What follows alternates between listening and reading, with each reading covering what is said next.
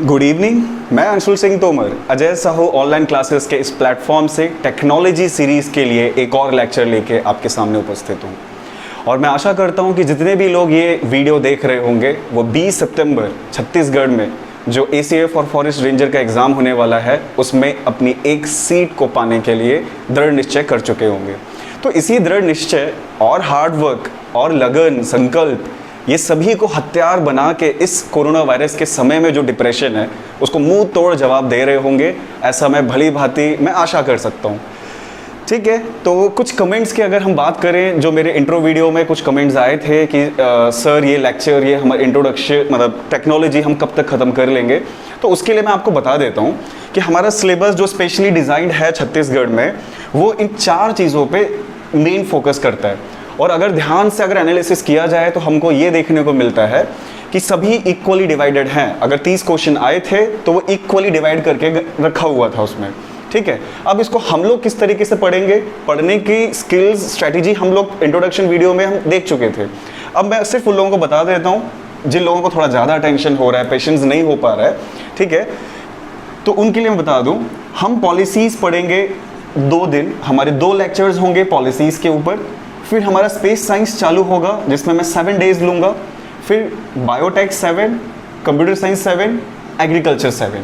तो कुल मिला के देखा जाए तो 30 डेज़ के लेक्चर्स हैं। अगर टोटल देखा जाए तो टोटल हमको 30 डेज़ के लेक्चर्स, या फिर अगर हम लोग बोलें तो 30 लेक्चर्स लगेंगे। ठीक, और इन 30 लेक्चर्स के बाद 5 लेक्चर्स ये स्पेशल क्लासेस होंगी। अब ये डिपेंड करेगा आपके रुझान, आपके कमेंट्स पे। ठीक है, कि हम लोगों को इसमें रिवीजन, मेनली हम लोगों का प्लान है कि हम पूरा का पूरा इसमें रिवीजन करेंगे with current affairs, with most important questions, expected questions जिसके आने की चांसेस बहुत ज़्यादा है। ठीक है, तो ये सारी चीज़ें हम लोग 5 दिनों में इसको हम लोग दे दिए। तो टोटल हमारे पास इस कोर्स के लिए होते हैं 35 डेज। लेकिन अगर एक भी बच्चे को अगर डाउट होता है, कोई भी टॉपिक उसको लगता है कि सर ये हमको इम्पोर्टेंट लग रहा है, ये हमारे लेक्चर में इंक्लूड नहीं है, तो उसके लिए भी हम लोग ये क्लासेस एक्सटेंड कर सकते हैं। ये फ्लेक्सिबल है। ठीक है, लेकिन जो हमारा मटेरियल है आप लोग निश्चिंत रहिए, जो मटेरियल है, जो चीज़ हम लोग पढ़ाने वाले हैं पूरा क्रक्स मटेरियल है। ये सारी बातें मैं आपको फर्स्ट लेक्चर में बता चुका हूँ इंट्रोडक्शन वीडियो में। ठीक है, तो अभी हम लोग मेनली आ जाते हैं। एक चीज़ जो मुझे आपसे शेयर करनी थी कि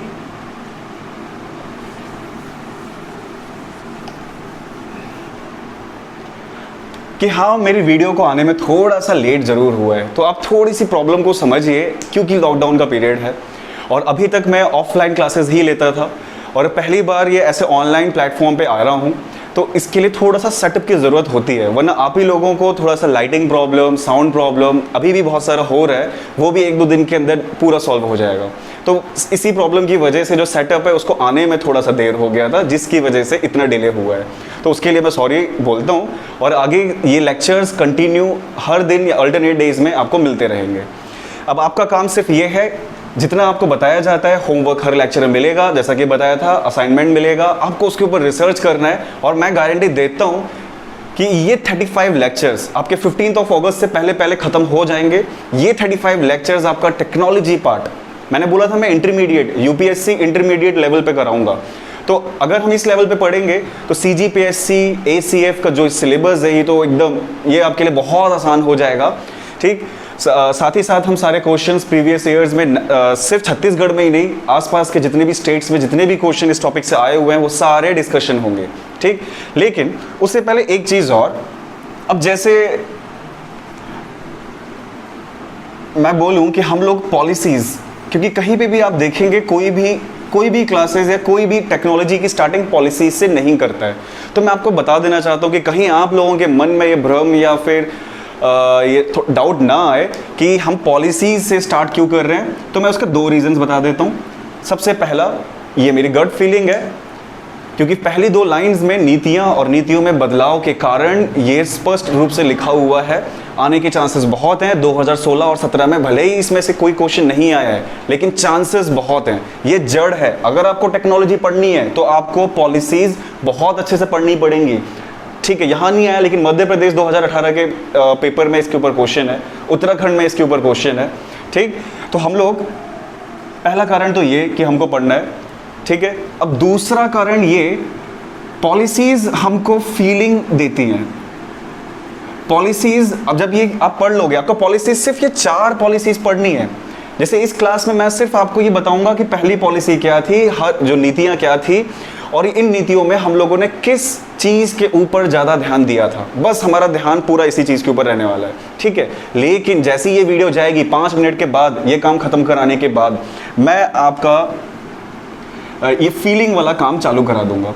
फीलिंग क्यों ज़रूरी है? फीलिंग हमको 1950 से लेके 2020 तक फीलिंग जनरेट करना है, ठीक है। रीज़न, क्योंकि जब हम लोग ये समझेंगे कि 1950 से धीरे धीरे 1970, 1980, 2000, 2020 तक कैसे कैसे बदलाव हमारे देश में आए, बाहर के लोग, बाहर के देशों ने कैसे कैसे हम पे इम्पैक्ट पड़ा उनका हम पे, ठीक है। तो इससे हमको ये समझ में आया, क्योंकि नीतियाँ बदलती हैं इससे, और नीतियाँ बदलते ही जब हमारा रुझान किसी साइड हो जाता है तो किसी ना किसी चीज़ का डेवलपमेंट, टेक्नोलॉजी ईजाद की जाती है, और वो टेक्नोलॉजी ईजाद होती है तब देश आगे बढ़ता है। तो सब इंटर रिलेटेड है, ठीक। तो इसका 90% पार्ट आज की क्लास में हो जाएगा, ठीक। तो कोशिश ये करिएगा कि मैं जब ये पूरा बता दूं तो वीडियो अधूरा ना छोड़ें, क्योंकि कल के लेक्चर मैं गारंटी दे रहा हूँ, विश्वास करो, अगर ये 2 लेक्चर आप देखते हो तो आपको, चाहे वो बायोटेक्नोलॉजी हो, चाहे वो एग्रीकल्चर हो, चाहे वो स्पेस साइंस हो, आप चाहे वो कंप्यूटर की फील्ड हो, आपको वो चीज़ बहुत आसान लगेगी। रीज़न, क्योंकि कंप्यूटर अगर बना है, हम लोग अगर एग्रीकल्चर फील्ड में आगे बढ़ रहे हैं, जैसे अगर मैं एग्जांपल दूं, एग्रीकल्चर की फील्ड में ग्रीन रेवोल्यूशन स्टार्ट हुआ था, तो क्या फीलिंग थी, कब स्टार्ट हुआ, क्वेश्चन सिंपल पूछेगा, थोड़ा सा ट्विस्ट कर सकता है, तो हमें पता होना चाहिए। जैसे 1960s में ग्रीन रेवोल्यूशन चालू हुआ था, हरित क्रांति चालू हुई थी, तो क्या था, किसने कराया, कहाँ से लेके आया, कौन सी कंट्री ने हेल्प की, ठीक है। अगर आपका वो चीज़ क्लियर हो जाता है कि 1960 में ये काम हुआ, तो आपको समझ में आ जाएगा 1960 तक हरित क्रांति जो काम चल रहा था, तो 1958 में कोई पॉलिसी, कोई नीति बनी होगी जिसकी वजह से वो काम हुआ। अब मैं अगर कंप्यूटर फील्ड की बात करूं, तो कंप्यूटर फील्ड में सुपर कंप्यूटर के बारे में बात करें, वहाँ से क्वेश्चंस आते हैं कि सबसे पहला सुपर कंप्यूटर क्या होगा, ठीक। स्पेस साइंस में देखें, स्पेस साइंस हमारा 1962-63 से चालू हो गया था, तो वो फीलिंग जनरेट करनी है, तो उसके लिए थोड़ा सा हिस्ट्री एक बार, बस इनके बीच के जो इवेंट्स हैं, आप सारे नहीं, बस ये जो मैंने बीच में ईयर्स लिखे हैं, आपको बस इतना फोकस कर लेना, आपको अच्छे से समझ में आ जाएगा कि हम भारतवासी उस टाइम पे किस टाइप की फीलिंग से गुजर रहे थे। क्योंकि जब फीलिंग आपको समझ में आ जाएगी तो समझ में आ जाएगा कि क्यों वो स्टेप, कोई भी स्टेप क्यों उठाया गया, ठीक है। तो चलो हम क्लासेस स्टार्ट करते हैं अब। तो अब हम लोग आते हैं नीति पे, पॉलिसी। तो नीति क्यों बनाई जाती है, कोई भी देश नीति क्यों बनाता है? नीति एक रोड मैप होता है, एक पथ होता है जिसको डिसाइड किया जाता है कि एक लक्ष्य प्राप्ति करने के लिए नीति बनाई जाती है।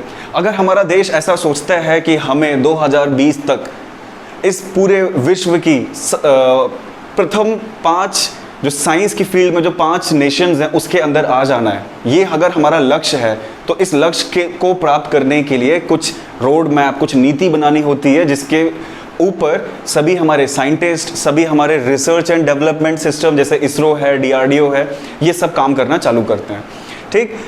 तो नीति क्यों बनाई जाती है, मैं समझ रहा हूँ कि आपको समझ में आ चुका है, ठीक।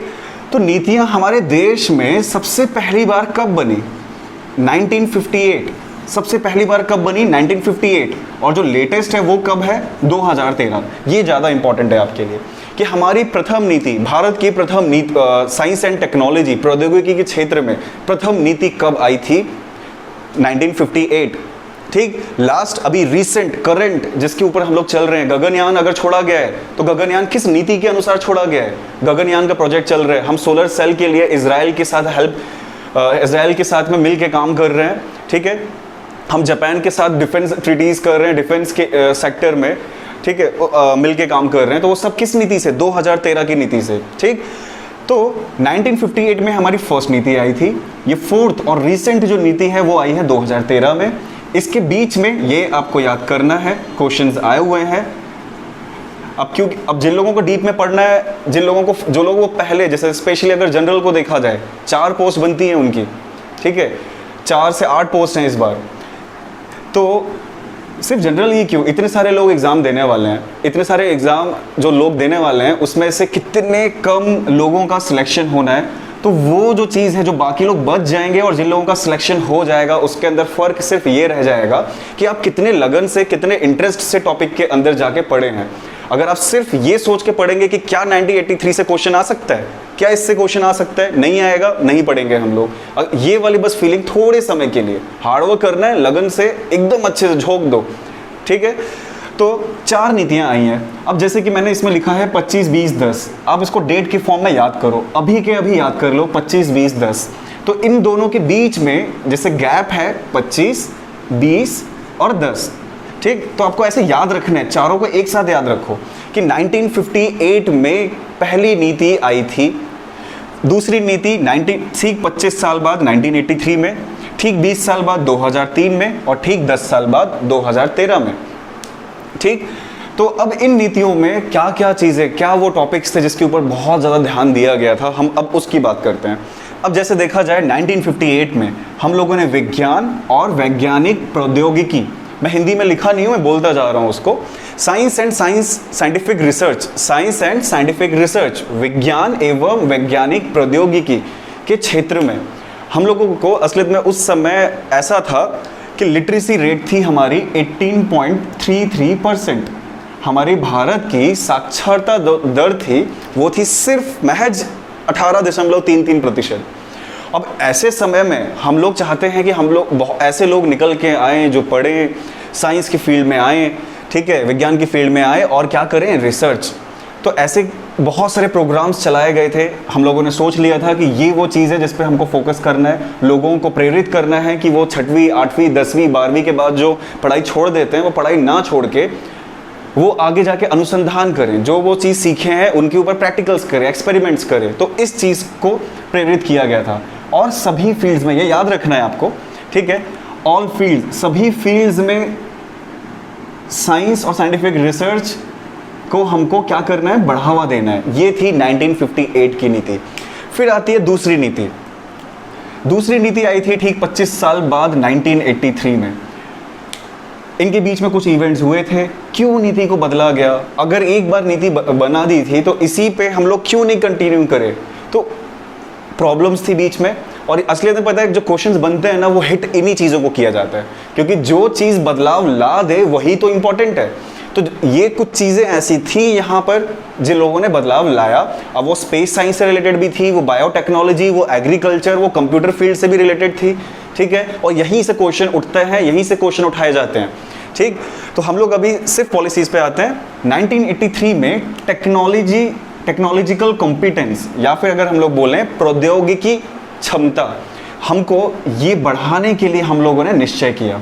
कुछ हुआ था हमारे साथ, ठीक है। इस दौरान हमारे साथ कुछ ऐसा हुआ था कि हम लोगों ने अपनी नीति को चेंज किया और अब क्या कर दिया कि अब हम दूसरों से हेल्प नहीं लेंगे, ठीक है। ज़रूरत से ज़्यादा किसी से मदद नहीं लेनी है अब हमें, क्योंकि बहुत हो गई है बेइज्जती। अब क्या करेंगे, प्रौद्योगिकी क्षमता हमको बढ़ानी पड़ेगी। और अगर हम लोग बढ़ाएंगे, हम दूसरों से हेल्प नहीं लेंगे, तो हमें आत्मनिर्भर होना पड़ेगा। इस चीज़ पे बहुत ज़्यादा फोकस करेंगे हम। रीज़न, आत्मनिर्भर भारत अभी बहुत ज़्यादा ट्रेंड में चल रहा है। और अगर क्वेश्चन आ गया तो आप मोदी जी को ही टिक करोगे, मुझे पता है, ठीक है। लेकिन आपको याद रखना कि 1983 भारत ने पहली बार अपनी नीतियों में आत्मनिर्भरता का जो टर्म है, जो कॉन्सेप्ट है, वो कब लाया? साइंस एंड टेक्नोलॉजी की दूसरी नीति जो 1983 में आई है, ठीक है। तो ये जो 1983 है, ये क्यों जाना जाता है? प्रौद्योगिकी क्षमता को बढ़ाने के लिए विचार किया गया। ऐसे बहुत सारे प्लान्स बनाए कि हम प्रौद्योगिकी क्षमता हर फील्ड में बढ़ाएं, और आत्मनिर्भर भारत का संकल्प लिया गया था 1983 में, ठीक है। और हम इसको रिवेंज, ठीक है, ईयर ऑफ रिवेंज, बदला, ठीक है, ये बदले का साल के रूप में आप याद रखना। समझ में आएगा क्यों ऐसा हुआ, क्या हुआ था ऐसा, ठीक है। अगर आप देखो ना तो इसमें जो इवेंट्स है ना, यूपीएससी के 3 क्वेश्चंस हैं इसके अंदर, ठीक है। अब उसके लिए आपको थोड़ा इंतजार करना पड़ेगा, क्योंकि जो मेन क्लास है, जिसके ऊपर ये मेन क्लास आज की है, मैं वो काम खत्म कर लेता हूँ, उसके बाद हम कहानियों पे जाएंगे। अब आते हैं 2003 में, ठीक 20 साल बाद, 25 साल बाद फिर आते हैं 20 साल बाद, फिर से नीति में बदलाव किया गया। अब फिर भी कुछ ना कुछ हुआ होगा ऐसा, ठीक है, फिर कुछ हुआ होगा ऐसा जिसकी वजह से फिर से नीति में बदलाव किया गया। अब अगर देखा जाए साइंस एंड टेक्नोलॉजी, इन दोनों का इंटीग्रेशन किया गया, मतलब विज्ञान और प्रौद्योगिकी का क्या किया गया, समाकलन, दोनों को जोड़ा गया। मतलब ऐसा हमने निश्चय किया कि बहुत हो गया, हमारे साइंटिस्ट, हमारे रिसर्चर बहुत काबिल है, लगातार रिसर्च पेपर्स, इतने इफेक्टिव रिसर्च पेपर्स दे रहे हैं कि लोग उनकी वाह करते थकते नहीं है। हम लोग रिसर्च पेपर्स में अपनी रिसर्च करते हैं, कोई चीज़ सोचते हैं, कल्पना करते हैं, प्रूफ के साथ बताते हैं, लेकिन दूसरे लोग उसके ऊपर टेक्नोलॉजी बनाकर वो लोग राज कर रहे हैं। ठीक है, तो ये चीज़ साइंस माइंड्स की, ठीक है, जो वो बुद्धिजीवियों की कमी नहीं थी हमारे पास, फिर हमारे पास टेक्नोलॉजी की भी कमी नहीं थी। टेक्नोलॉजी इसलिए कमी नहीं थी क्योंकि जैसे अगर मैं एग्जांपल देता हूँ, अगर हीरो होंडा और मारुति सुजुकी को देखा जाए तो मारुति जो कंपनी है वो भारत की है, सुजुकी कंपनी बाहर की है। अब सुजुकी अपनी पूरी टेक्नोलॉजी लेके आती है, मारुति से पैचअप करती है, ठीक है, मिलती है, और फिर पूरा मार्केट लोगों को भले ही एम्प्लॉयमेंट दे रही है, लेकिन है तो हम उनके अंडर में, और जब हम किसी के अंडर में काम करते हैं तो हमें झूठा ही खाने को मिलता है। ठीक है, तो मारुति सुजुकी में सुजुकी की टेक्नोलॉजी भले ही आई थी, हम लोग भले ही उस टेक्नोलॉजी पे काम कर रहे थे, लेकिन जितना ख्याति और जितना फल उसका मिलना चाहिए था वो नहीं मिल रहा था। ऐसे ही अगर हम लोग देखें हीरो होंडा अपनी टेक्नोलॉजी लेके आती है और हीरो के साथ मिलके, हीरो कंपनी इंडिया की, उसके साथ मिलके सेम काम कर रही है।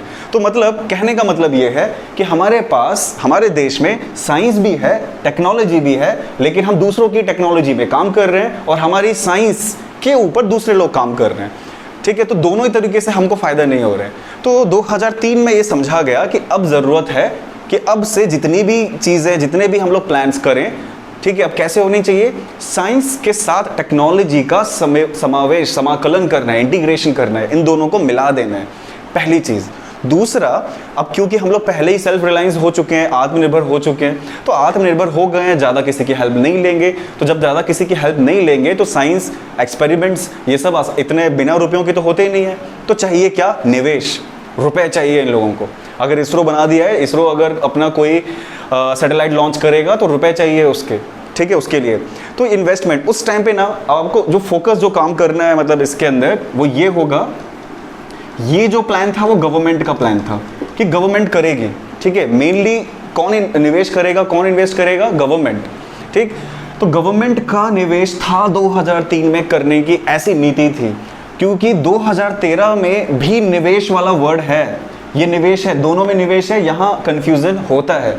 ठीक है, बहुत अच्छा क्वेश्चन बन सकता है यहाँ से। ठीक, तो आपको क्या याद रखना है, 2013 में भी निवेश की बात की गई, लेकिन वो जो निवेश है वो एक तरीके से हाथ बटाने की बात की गई। ठीक है, हाथ बटाना, कौन हाथ बटाएगा गवर्नमेंट का, सोशियो इकोनॉमिक सेक्टर। ठीक है, सोशियो इकोनॉमिक मतलब सामाजिक और आर्थिक संस्थाएं। सामाजिक जैसे ट्रस्ट होते हैं, बहुत सारे ट्रस्ट चलते हैं जो इन्वेस्टमेंट करते हैं अलग अलग क्षेत्रों में। हमारे इंडिया में ऐसी बहुत सारी इंडस्ट्रीज़ हैं जो अपने प्रॉफिट के कुछ परसेंट एजुकेशन और इन्वेस्टमेंट में लगाती हैं। ठीक है, बैंक सेक्टर्स हैं जो ये काम करते हैं। तो इनको क्या करना है, ये जो इन्वेस्टमेंट है, ये निवेश कहाँ करेंगे, ये निवेश करेंगे हमारे R&D सिस्टम में। अब R&D सिस्टम क्या है, अनुसंधान और प्रगति के लिए जो काम करते हैं हम उनको R&D सिस्टम में रखते हैं। जैसे स्पेस साइंस में कौन काम करता है, इसरो। डिफेंस में कौन करता है, DRDO। ठीक है, तो इन सब लोगों को मिला के ऐसी एग्रीकल्चर सेक्टर, बायोटेक्नोलॉजी, जैसे भारत बायोटेक, पता होगा आपको। ठीक है, मैं बता चुका हूँ वैसे इंट्रो वीडियो में। तो ये सभी कहाँ आ गई, R&D सिस्टम में। तो ये R&D सिस्टम काम करेगा, इसको निवेश मिलेगा यहाँ से और इस रुपए मिलेगा यहाँ से, और उस रुपए का ये यूज़ करेंगे। तो इन दोनों को मिला के ना एक NIS सिस्टम बनाया गया 2013 में। और आपको ये याद रखना है 2013, अगर इसका फुल फॉर्म बताऊँ, मैं बोल रहा हूँ इसका फुल फॉर्म। ठीक है, national innovative system, national innovative system, राष्ट्रीय नवाचार प्रणाली या सिस्टम। ठीक है, तो ये NIS। तो अब आपको कितनी चीज़ों पे फोकस करना है, क्वेश्चंस कहाँ कहाँ से उठ सकते हैं। पहला तो आपको फर्स्ट नीति, करंट नीति, ये ईयर्स याद हो जाएंगे आपको 25, 20, 10 से। ठीक, फिर आपको क्या याद रखना है, विज्ञान और वैज्ञानिक क्षेत्र में अनुसंधान करने के लिए सभी क्षेत्रों में प्रेरणा देनी है, लोगों को प्रेरित करना है सभी क्षेत्रों में। सभी क्षेत्रों में मतलब एग्रीकल्चर हो, बायोटेक्नोलॉजी हो, स्पेस साइंस हो, रोड कंस्ट्रक्शन हो, सभी फील्ड्स में। दूसरे में क्या आया, आत्मनिर्भरता और अपनी प्रौद्योगिकी क्षमता, टेक्नोलॉजिकल कॉम्पिटेंस बढ़ाने की बात। तीसरे में क्या आया, देखा गया साइंस है टेक्नोलॉजी है, दोनों का क्या कराना, समाकलन, इंटीग्रेट कराना है, दोनों को मिलाना है, ठीक है। फिर यहाँ निवेश की जरूरत लगी तो गवर्नमेंट ने निवेश देने का सोचा। अब गवर्नमेंट की हालत नहीं थी इस बीच में, पता है सबको, 2008 7 8 9 के बीच जो रिसेशन आया था, जो महंगाई बढ़ी थी पूरे वर्ल्ड में, सिर्फ इंडिया में नहीं, लेकिन इंडिया तो चलो तब भी बच गया। रीज़न एग्रीकल्चर, ठीक है, एग्रीकल्चर और उसे रिलेटेड जो बुद्धिजीवी बहुत सारे लोग, ठीक है, उनकी वजह से बहुत हद तक हमारा ज़्यादा भारत के ऊपर ज़्यादा फर्क नहीं पड़ा, ठीक है। लेकिन गवर्नमेंट उस लायक नहीं था कि वो इतना सारा निवेश इन चीज़ों में करे, ठीक है। तो इसीलिए उन लोगों ने सोचा कि ये पूरा जो जिम्मेदारी है ना गवर्नमेंट के ऊपर ना डाल के अब ना हम यहाँ से रुपए उठाते हैं, ठीक है। तो अगर क्वेश्चन आता है निवेश, अगर कोई संस्था का नाम बोलता है, जैसे मैं बोलता हूँ रिलायंस, एक एग्जांपल है, बेस्ट एग्जांपल है, रिलायंस जाके डीआरडीओ के साथ मिलके अभी मिसाइल प्रोग्राम कर रहे हैं, मिसाइल के ऊपर फुल इन्वेस्टमेंट कर रहे हैं, और वहाँ जो डीआरडीओ वाले लोग हैं वो क्या कर रहे हैं, वो उसके ऊपर अनुसंधान कर रहे हैं, रिसर्च एक्सपेरिमेंट्स लगातार, ठीक है। तो ये सिस्टम्स यहाँ से क्रिएट हुए। अब हम लोग और ज़्यादा प्राइवेट इंडस्ट्रीज, टाटा को बुला रहे हैं, टाटा जाके पूरी मोटर व्हीकल्स, ये गाड़ियाँ बनाती है आर्मी नेवी एयरफोर्स के लिए। तो ये सब क्या है, प्राइवेट जो लोग हैं ये सब मिल के क्या कर रहे हैं, ये इसी नीति की बात से तो हुआ है, ठीक। अब देखते हैं हम लोग NIS, ये इंपॉर्टेंट है, अभी के लिए बहुत इंपॉर्टेंट है। NIS है क्या, फुल फॉर्म याद रखेंगे, कब बना, 2013 से, ठीक। तो इतना काम हमें करना था पॉलिसीज को समझने के लिए। अब जैसे अगले लेक्चर में 2013 का पूरा हम लोगों को डाटा पढ़ना है, आने के बहुत ज़्यादा चांसेस हैं, दूसरे स्टेट के एग्जाम्स में आए हुए क्वेश्चंस हैं। तो जो हमारा अगला लेक्चर होगा वो 2013 के जितने भी इंपॉर्टेंट डाटा है उनको मैं आपको बताऊंगा और याद करवाऊंगा, ठीक है। तो अब हमारा इस क्लास का दूसरा पार्ट आता है। अब मैं फीलिंग जनरेट करने की कोशिश करता हूँ, ठीक, कि क्या हुआ था, क्यों ये नीतियों को बदला गया।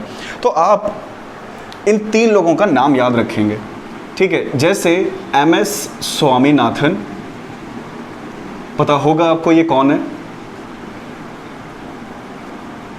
होमी जहांगीर भाभा, सीधा भाभा लिख देता हूँ, भाभा एटॉमिक रिसर्च सेंटर, पता है इनका, भाभा एटॉमिक रिसर्च सेंटर है। फिर विक्रम साराभाई, ठीक है। अब आप एग्रीकल्चर और बायोटेक्नोटेक के फील्ड में पहुंच जाओ तो सबसे ज़्यादा क्वेश्चन आएंगे इनके ऊपर। क्यों, ये फादर ऑफ ग्रीन रेवोल्यूशन, हमारे टेक्नोलॉजी का पार्ट। अब एटॉमिक एनर्जी सोर्सेज हम जो पढ़ेंगे, ये इन्वायरमेंट में भी पढ़ने वाले हैं ये सब, ठीक है। तो ये एटॉमिक एनर्जी के फादर हैं इंडिया में, ठीक। और विक्रम साराभाई स्पेस साइंस,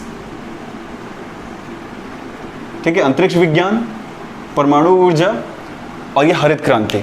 अब ये तीनों लोग की कहानी सुनेंगे अब हम लोग चलो कहानी स्टार्ट करते हैं। तो ये बात है 1950s की, ठीक। अगर थोड़ा और पहले बताऊं तो 1939 से 45 तक वर्ल्ड वॉर दूसरा ख़त्म हुआ 45 में। 47 में हमारा विभाजन हो गया, ठीक है। अब विभाजन हो गया मतलब इतने सारे लोग पलायन किए होंगे, ठीक है। इतने सारे लोग उठ के अभी के हाल में जो बांग्लादेश है, पाकिस्तान है, कहाँ से लोग आके भारतवर्ष में बसे। अब जब बाहर से ये लोग आ रहे हैं, उनके पास खाना नहीं है, उनके पास रहने के लिए नहीं है, तो एम्प्लॉयमेंट तो दूर की बात है, कुछ है ही नहीं उन लोगों के पास अपना दिनचर्या चलाने के लिए, ठीक है। खाने तक के लिए उनके लाले पड़ जाते थे। तो हमारे देश के सामने एक बहुत बड़ी समस्या भुखमरी, ठीक है, एपिडेमिक कंडीशंस आ गई थी। तो जिसकी वजह से ना, जिसको सॉल्व करने के लिए हम लोगों ने, ऐसी प्रॉब्लम्स को सॉल्व करने के लिए हम लोगों ने पंचवर्षीय योजना चालू की। पंचवर्षीय योजना मतलब 5 ईयर प्लान स्टार्ट किया। तो फर्स्ट 5 ईयर प्लान आया। इसका मेन मकसद क्या था, अभी हम लोग पूरे हम लोग 5 ईयर प्लान्स नहीं पढ़ रहे हैं, मैं सिर्फ इनको कनेक्ट करूंगा, ठीक। तो इसमें मेन था फूड को जनरेट करना, खाना चाहिए था लोगों को, लोग पलायन करके आए थे, मेन चीज़ तो खाना ही है, तब तो जिंदा रहेंगे, जब जिंदा रहेंगे तब तो रहने के लिए और एम्प्लॉयमेंट की ज़रूरत पड़ेगी। तो खाने के लिए, अब अच्छा उस टाइम पे खाने के लिए बहुत ज़्यादा ज़रूरत था, और 1950s में पूरे वर्ल्ड में कुछ हो रहा था, और जिसके रचयिता थे नॉर्मन बोरलॉग। ये सारी इंपॉर्टेंट चीज़ें, सब के ऊपर क्वेश्चंस बनते हैं, और आप लोग अगर थोड़ा सा एक्सपीरियंस है एग्जाम्स देने का, तो आपको पता है कि कितनी बार ये क्वेश्चंस आ चुके हैं, ठीक है। तो हरित क्रांति जो पूरे वर्ल्ड में चली थी, वो उसके जनक कौन है, उसके फादर किसको बोला जाता है वर्ल्ड में? Norman Borlaug. ये कहानी है 1950s की, ठीक है। तो यहीं से अब हमारे इंडिया में आए एमएस स्वामीनाथन। एमएस स्वामीनाथन वहाँ बाहर का कॉन्सेप्ट लेके हम लोग आए। एमएस स्वामीनाथन के थ्रू ये ग्रीन रेवोल्यूशन इंडिया में चालू हुआ। पूरा मेन फर्स्ट 5 ईयर प्लान इसी के ऊपर था। चलो हम लोगों ने खाना जुटा लिया 1960 तक, ठीक है। ये हरित क्रांति अच्छे से चलती रही, 1960 से भी आगे चलती रही, ठीक। तो अब यहाँ पे आप एक समझ रहे हैं कि हम लोगों ने खाना तो जुटाया, लेकिन किसकी हेल्प से? बाहर वाले लोगों की हेल्प से। तो क्या ये हम लोगों ने खुद जनरेट किया था क्या ये आइडिया? नहीं। अब यहाँ पर हाल में 1957 में एक और घटना हुई।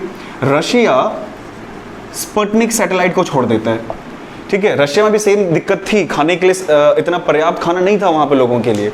तो अब उसका कारण क्या था? कभी भी अकाल पड़ जाता है, ठीक है, बाढ़ आ जाती थी, ठीक।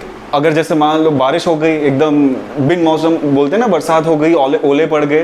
तो ये सब क्या था कि जब ये प्रॉपर साइंस, जब किसी देश की साइंस इतनी उन्नत ना हो कि वो अपने फार्मर्स, अपने जो किसान हैं, उनको सही समय रहते ये ना बता पाएँ कि आगे बारिश होने वाली है, ओले आने वाले हैं, मतलब जो भी वेदर ख़राब होने वाला है, तो उसके हिसाब से अगर उनको अटेंशन ना दे पाएँ, अटेंशन ना कर पाएँ, तो होता क्या है, वो लोग गलत समय पे बीज बो देते हैं, मतलब वो सही से मैनेज नहीं कर पाते, ठीक है। तो इन सभी चीज़ों को निकलने के लिए, इन सभी चीज़ों से निकलने के लिए स्पुतनिक, रशिया ने स्पुतनिक सैटेलाइट को छोड़ा और इसका इफेक्ट बहुत ज़्यादा पड़ा, ठीक है। और उसके इफेक्ट को देख के हमारे विक्रम साराभाई, जो कि पहले से ही स्पेस साइंस में बहुत इंटरेस्ट था उनका, ठीक है, वो अब क्या करने लगे, उन्होंने जवाहरलाल नेहरू के पास गए। होमी जहांगीर भाभा और विक्रम साराभाई दोनों एकदम उनको कोशिश कर रहे हैं, उनको मनाने की कि कहीं से रुपए, फंडिंग, ये सब कुछ हो और हमारा देश भी इन चीज़ों में उन्नत हो, उन्नति को प्राप्त करे, मतलब उन्नति मिले हमको, ठीक है। तो उसके लिए होमी जहांगीर भाभा को तो चलो 1974 में होमी जहांगीर भाभा की वजह से एक स्माइलिंग बुद्धा, मैं पूरा नहीं लिख रहा हूँ तो मेरे बोलने पे थोड़ा ध्यान देना, 1974 में स्माइलिंग बुद्धा एक ऑपरेशन किया गया, ठीक है। तो 1974 में स्माइलिंग बुद्धा ऑपरेशन किया गया। कहाँ किया गया? पोखरण में, जो कि है राजस्थान में। ये था किस चीज़ के ऊपर? Atomic energy.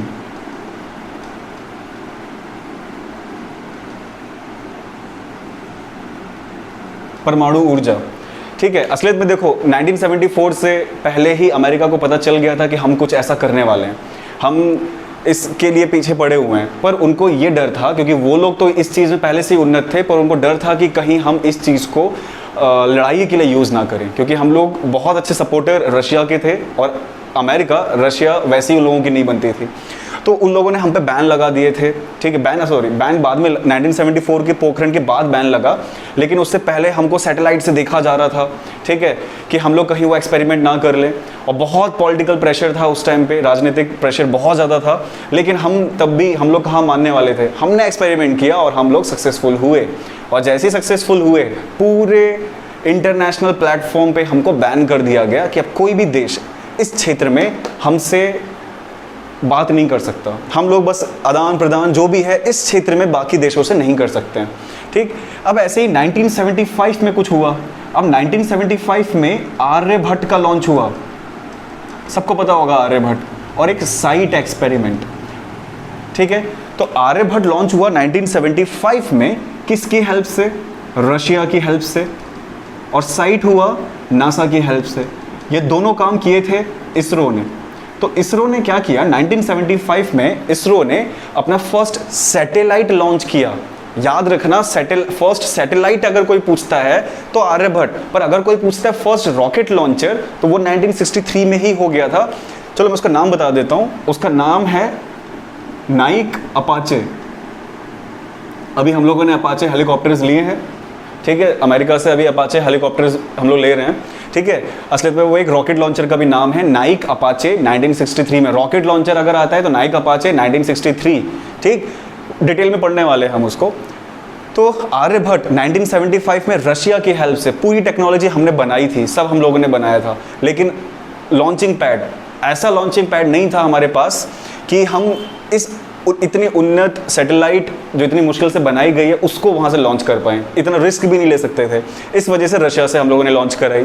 साइट एक्सपेरिमेंट क्या है, ये यूपीएससी का क्वेश्चन आ चुका है साइट के, आर्यभट्ट तो बहुत बार आ गया है। साइट यूपीएससी रिसेंट अभी एग्जाम्स में आया है, साइट है क्या, उसमें 2 नंबर का क्वेश्चन आया था जिसमें आपको 4-5 लाइन्स में कुछ लिखना था साइट के ऊपर। तो साइट है सैटेलाइट इनोवेटिव टेलीविज़न एक्सपेरिमेंट। ये 1975 में हुआ इस टाइम पे ऐसा था कि कुल 2400 ब्लैक एंड वाइट टेलीविज़न बनाए गए, टीवीज़ बनाए गए, जी हाँ टीवीज़ बनाए गए, और उनको हमारे भारतवर्ष के 6 राज्यों में अलग अलग विलेजेस में बांट दिया गया और फिर एक प्रसारण किया गया सैटेलाइट की हेल्प से और वो सक्सेसफुल हुआ। लेकिन पूरी टेक्नोलॉजी सब कुछ हमारा था, लेकिन हम हेल्प लेते हैं किसकी, नासा की। तो अब ये तो मैं मेन इवेंट्स बताया हूँ। अब अगर हम कुछ करते हैं, मतलब हमारी तो मतलब इमेज ऐसी है कि हम वो गुलाम हैं, हम तो वो सपेरे हैं मैक्स म्यूलर की बुक के अनुसार कि हम बिना किसी के हेल्प के कुछ कर ही नहीं सकते। अगर हम कुछ करते हैं तो हमें बैन कर दिया जाता है, ठीक है। और अगर 1975 में हम हेल्प ले रहे हैं तो भी हमको इनके अंडर में दब के काम करना पड़ जा रहा है, ठीक।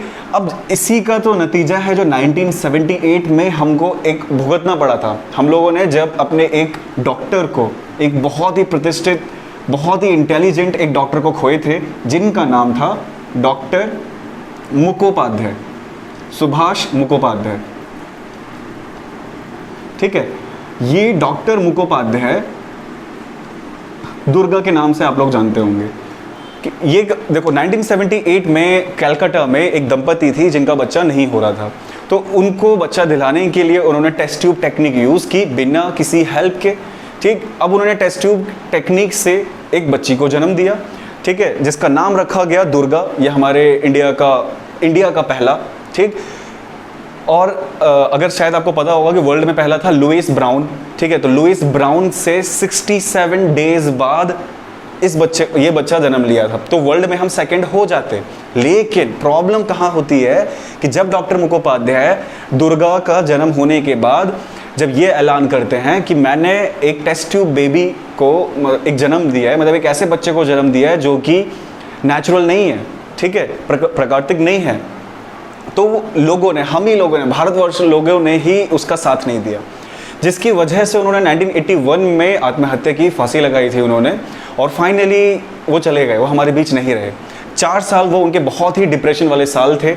वो बहुत सारे लोगों से वो इन्वेस्टमेंट के लिए मांग भी कर रहे थे, क्योंकि वो इससे आगे भी बहुत सारे उनके प्लानिंग्स थी करने की, लेकिन सही समय पे सही साथ ना मिलने के कारण 4 साल बाद 1981 में 3 साल बाद 1981 में वो आत्महत्या करते हैं। अच्छा, और इसके ऊपर जो क्वेश्चन आया हुआ था एक बार पीएससी में कि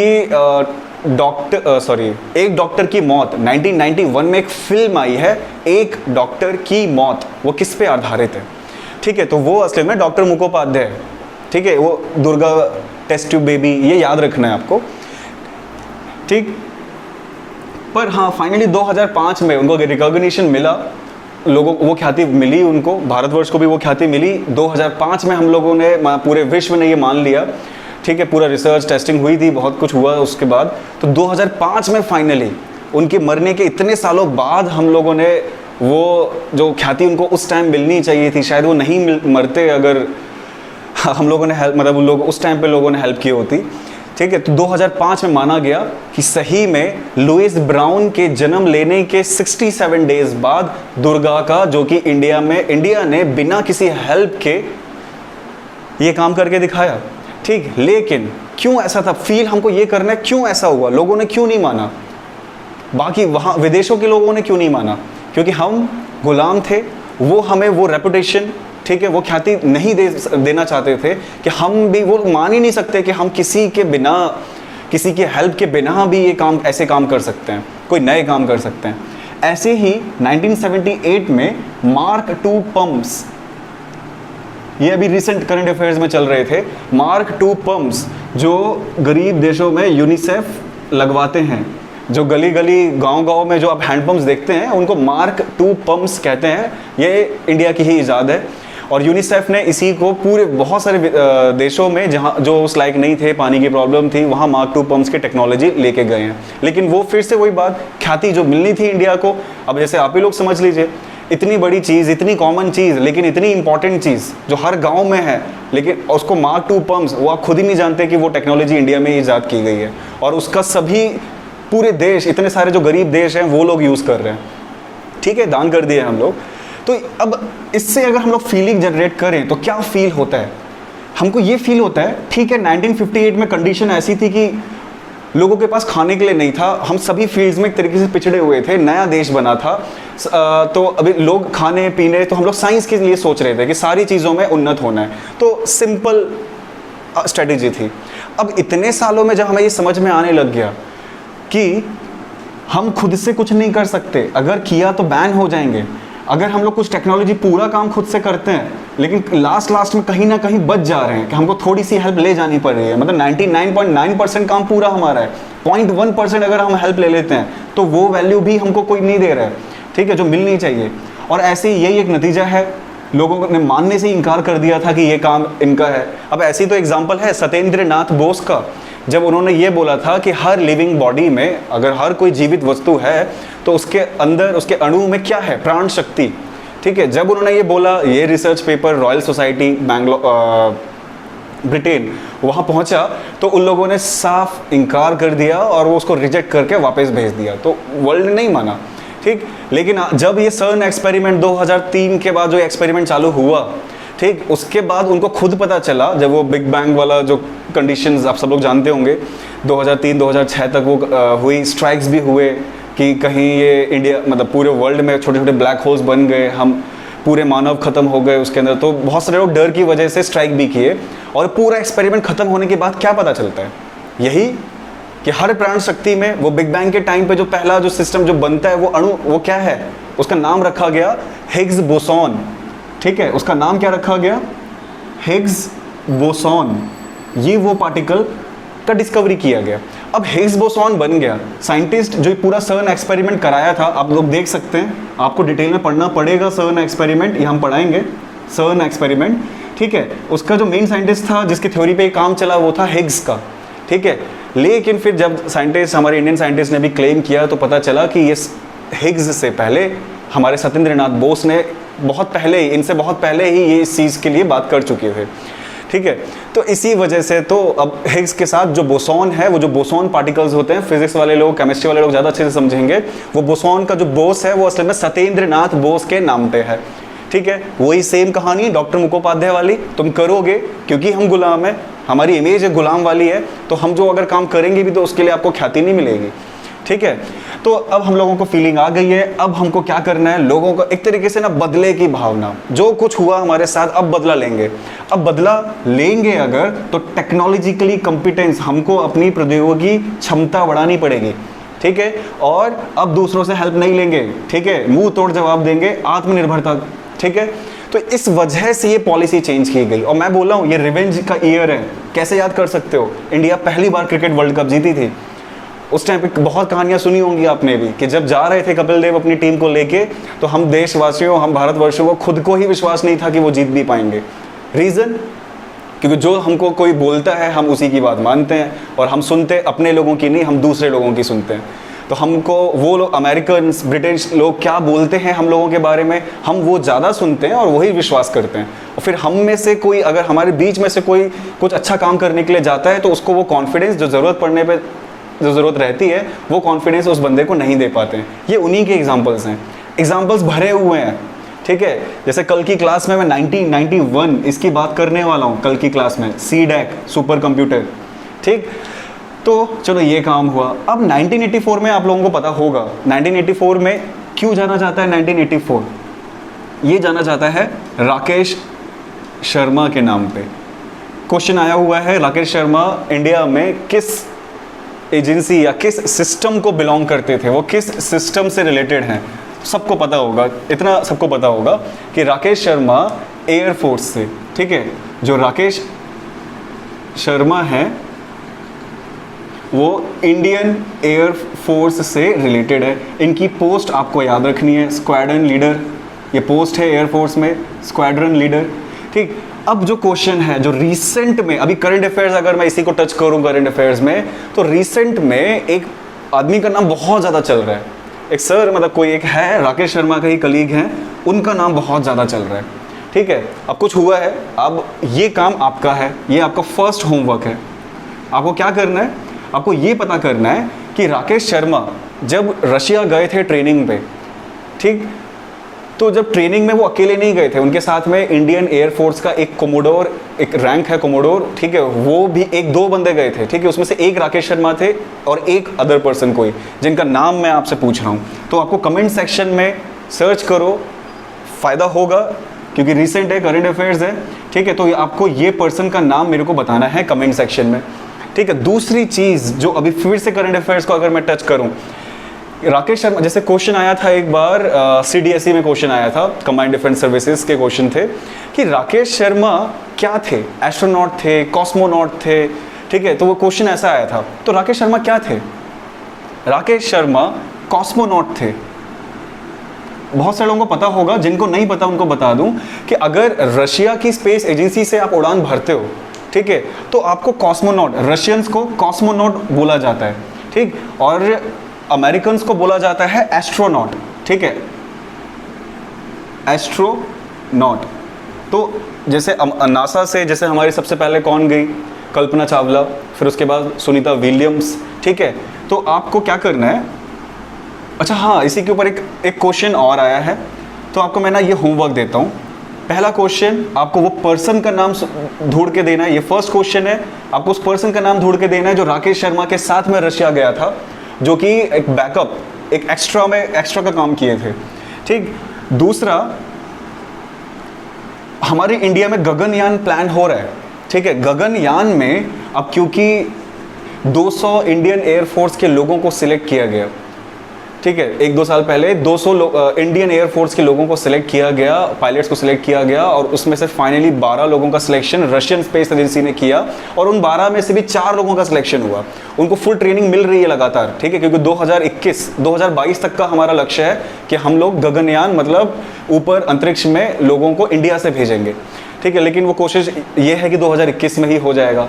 ठीक, तो हम लोगों ने भी तो नाम रखा होगा, तो इंडिया से अगर कोई जाएगा तो उसका क्या नाम होगा?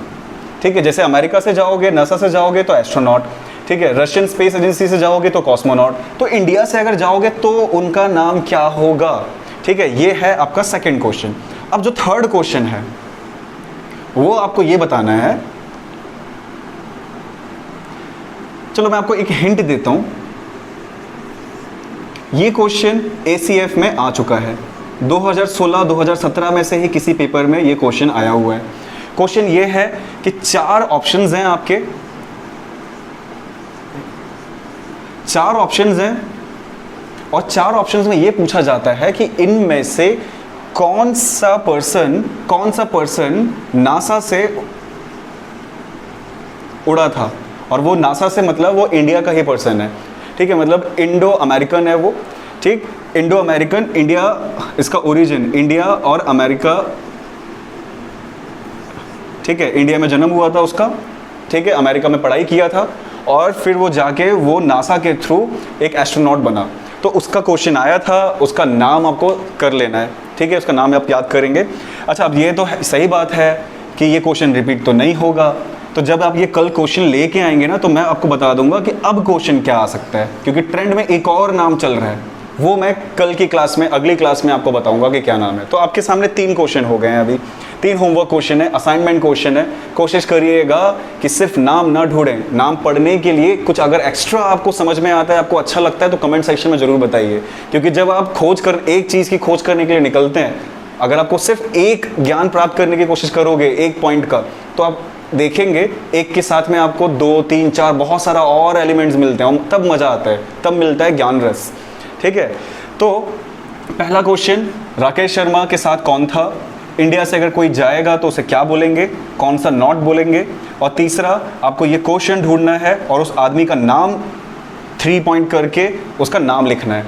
ठीक, तो अभी इसको ख़त्म करने से पहले ये एक कहानी है, ये मैं कल पूरी कंटिन्यू करने वाला हूँ। ये हमारे इंडिया का सुपर कंप्यूटर की कहानी है, ठीक है, तो ये कल हमारी चलने वाली है। ठीक है, बाकी 2003 2013 इसके बीच में बहुत, ये पूरा करंट अफेयर्स सेक्शन में जाएगा। ठीक है, इसके बीच में जितना भी चीज़ है ये पूरा करंट अफेयर्स में आने वाला है। जैसे गगनयान जैसा प्रोजेक्ट, ठीक, चंद्रयान 2 हुआ है, वो डिटेल में स्पेस साइंस में डिटेल में पढ़ने वाले हैं। ठीक, तो 2013 में भी कुछ पॉइंट्स हैं, जैसे मैं आपको बताया कि 2013 में कुछ डाटा है, आपको याद करना है वो। ठीक, तो उसके लिए मैं आपको एक टीज़र दे रहा हूँ। ठीक है, अगर किसी को लिखना है तो स्क्रीनशॉट ले सकते हैं। ठीक, तो एक टीज़र है। टीज़र मतलब आप सोचेंगे और आपको बताना है कि ये है क्या। ये बस आपकी क्यूरियोसिटी को जगाने के लिए है। तो आपको बस एक कहानी, छोटी सी कहानी याद रखनी है कि एक सृष्टि नाम की लड़की है। ठीक है, क्या नाम है उसका? सृष्टि। वो कौन सी क्लास में पढ़ती है? वो 1st क्लास में पढ़ती है। ठीक है, उसके साइंस में 3.5% मार्क्स आए थे। ठीक, और उसकी परसेंटेज 1st क्लास से वो जा रही है 2nd क्लास में। ठीक है, तो 1st क्लास में जो परसेंटेज थी, ठीक है, वो थी इसकी जो भी थी, कितना का इंक्रीमेंट आया? 66%। ठीक है, आप इसको ऐसे याद रखेंगे कि 1st क्लास में पढ़ रही थी, 1st क्लास से 2nd में एग्ज़ाम देके गई, एग्ज़ाम में उसकी परसेंटेज आई 66%। साइंस में बहुत कमज़ोर थी ये, 3.5%। साइंस में सृष्टि बहुत कमज़ोर थी, तो 3.5% से उसने सोचा कि मैं 7% लाऊंगी अगले साल। और ये कब की बात है? ये 2013 की बात है। ठीक है, तो 2013 में और अपनी परफॉर्मेंस को अच्छा करने के लिए वो संकल्प लेती है कि मैं 4 गुना ज़्यादा हार्डवर्क करूँगी। तो फिर से एक बार, 2013 में सृष्टि 1st क्लास में पढ़ती थी। अब 1st क्लास में पढ़ते पढ़ते उसने एग्ज़ाम दिया, 2013 में मार्च में एग्ज़ाम हुए, और उसके 66% आए और वो 2nd क्लास में गई। लेकिन साइंस में उसके सिर्फ 3.5% थे पहले।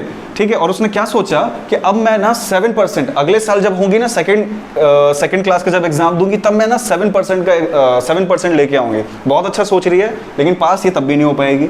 ठीक, और हार्डवर्क 4 गुना ज़्यादा हार्डवर्क।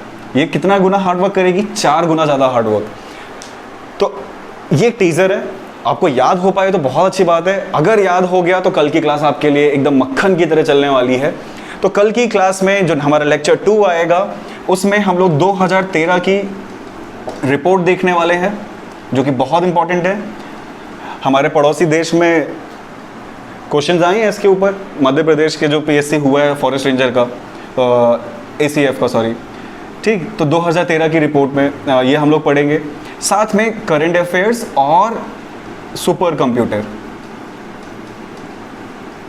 क्योंकि देखो, जब मैं कंप्यूटर सेक्शन चालू करूंगा तो मैं जानता हूं कि बहुत सारे लोगों को पढ़े होंगे लेकिन बेसिक्स क्लियर नहीं होंगे, पढ़े होंगे लेकिन वो नहीं पढ़े होंगे जो क्वेश्चंस जो हमारे कॉम्पिटिटिव लेवल पे आता है।